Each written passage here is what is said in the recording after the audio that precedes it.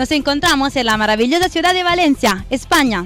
Hoy juntos vamos a conocer un sitio fascinante, de esos que conoces una vez y no olvidarás jamás. El lugar elegido es conocido como la Catedral de los Sentidos. Vamos a conocerlo.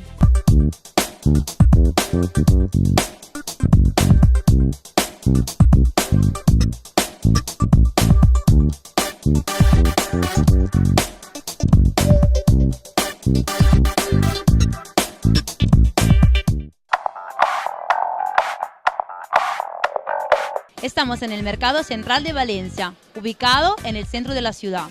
El Mercado Central de Valencia se comenzó a construir en el año 1914.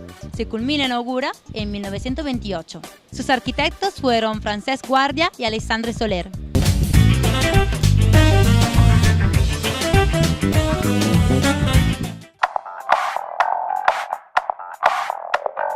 Su construcción respondió al estilo modernista de la época.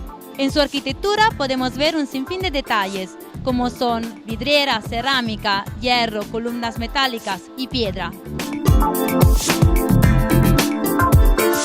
La oferta es variada, tanto en su producto como en la gente que lo visita.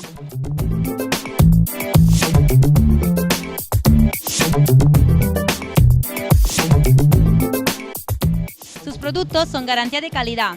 Aquí encontraremos frutas,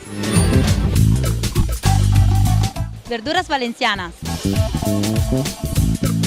embutidos, carnes, pescados y mariscos.